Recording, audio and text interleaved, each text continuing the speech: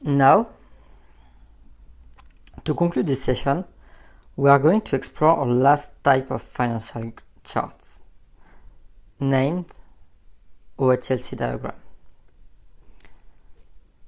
Let's insert a title here, okay, OHLC, execute. Similarly to candlestick charts, OHLC diagram will have the same structure and number of arguments. Let's copy and paste.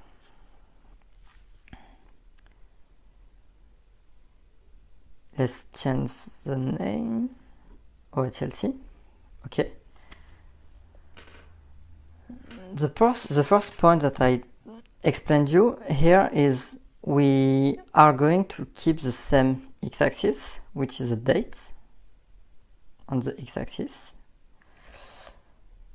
as well as we'll have an opening price, the highest price, the lowest price, and the closing price in order to plot an OHLC diagram. Execute. Both graphs look very similar.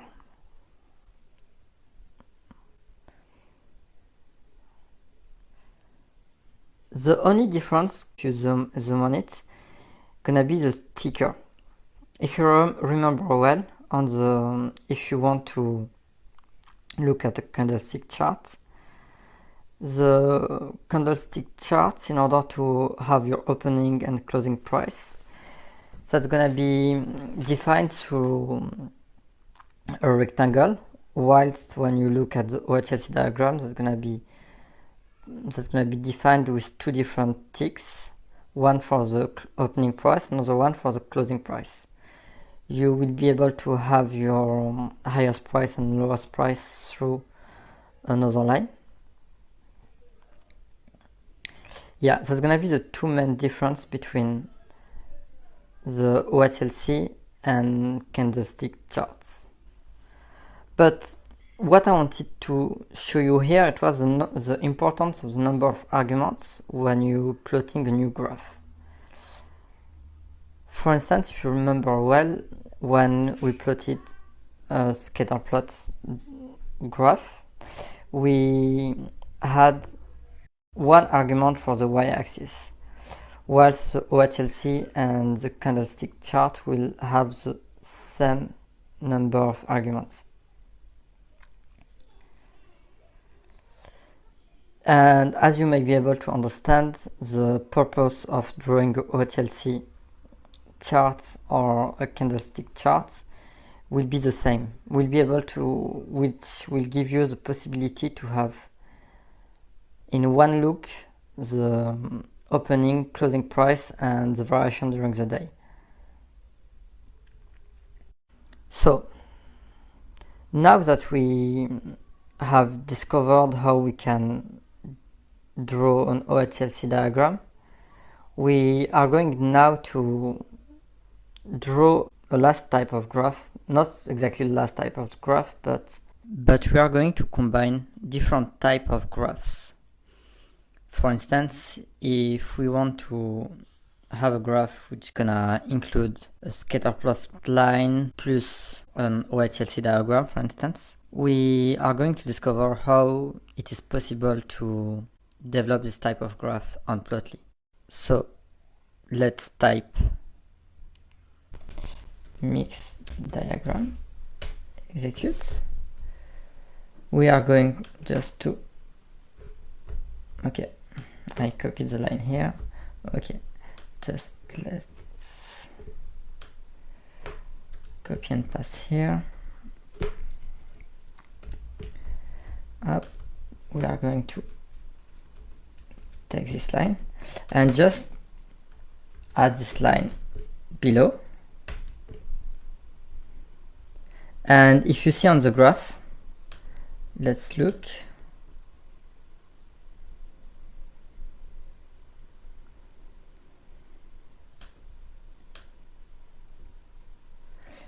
As you see on the graph, okay, let's change the color to royal blue. You have different way to set the color. I'm just gonna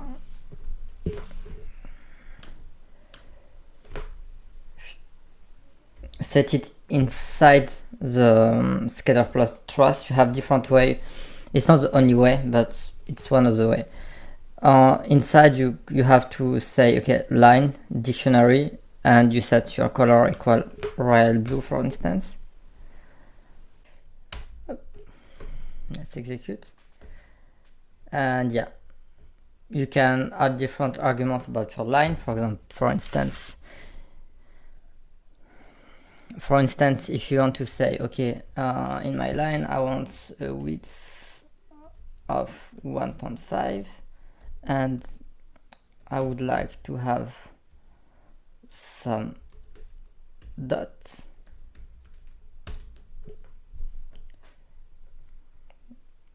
Yeah, and now when you can see here, this line is the closing price. As you can see, that's gonna link all the closing price. It's exactly what we have done in the first part of this video. We set on the y-axis the evolution of the closing price. Okay guys, so that's all for this course. I hope you enjoyed it. I hope you took some learning from it. I will make a quick recap right now on what you have to learn in 3 points. First of all, the first point that you must keep in mind is the methodology, which means declaring your figure, then adding a truss, and at the end, plotting your figure. Once you add your truss, you can update your layout, you can update your x-axis, you can add annotation, but the first point is the methodology. For instance, when you look at this graph, as you can see, that can be a graph which can make scary a lot of people. But that has been very easy to have a clear visibility on the code just by having the good structure. That's the first point that I want to talk with you. The second point is how impactful are OHLC and candlestick diagram, mainly when you're gonna have to make some analysis of what's happened and to give some report, for example, to be able to spotlight on which day something happened in order to analyze the residuals, but that's gonna be for another work. And the last point will be how to be able to plot different graphs inside one plot. For instance, here we plotted an OHLC diagram plus a scatter plot. You can add many more graphs. Just keep in mind to have the same x-axis. Otherwise, you can plot as much graph as you want. I think that's all for this course. In the next chapter, we are going to focus on the structures of how to create an algorithm, which means we are going to go step by step of the essential points that you're going to have to pass in order to be able to create your bots, your trading bots, or just to create your algorithm, to be able to pass it, to talk about the different steps. Once we have done that, we will start exploring how to have our market data. I'm impatient to share with you how to get market data. That will be a very interesting chapter. So now I will let you on these points and see you in the next chapter.